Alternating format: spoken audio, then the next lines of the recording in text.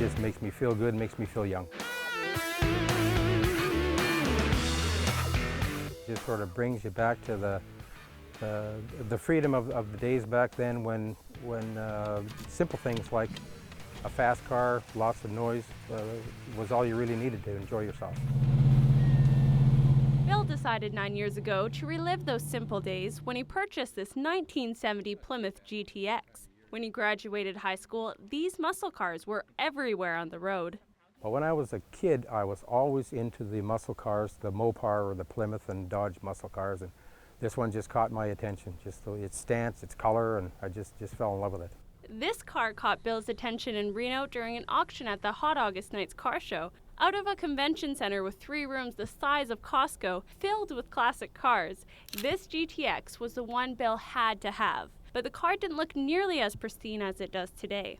When we got the car, it was tired, the paint was tired, the engine was tired, so we stripped everything out of the car, stripped it down to metal, and we basically rebuilt every square inch of the car. It's a big job, but a lot of fun, so it's at least as good as it was, I think, from factory new. If you were to buy this car fresh from the factory in 1970, it would set you back about $4 grand. But over 40 years later, you're looking at a very hefty price tag. I'm into it for at least $100,000.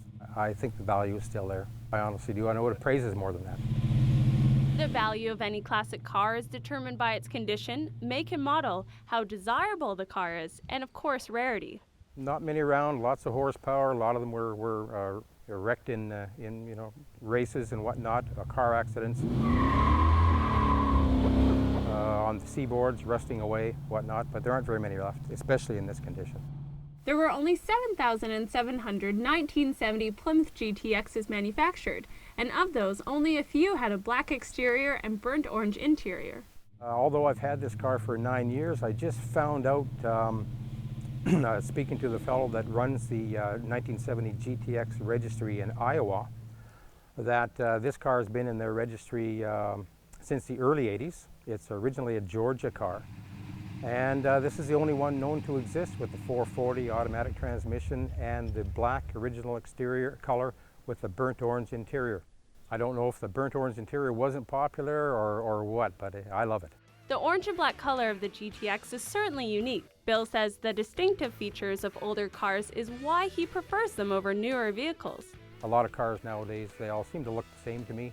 And the new cars, we couldn't go in our backyard and work on them, but these you can open the hood and you can change plugs, you can do anything, you can work on them. Cruising around a noose, I'm Rae-Anne the Plant.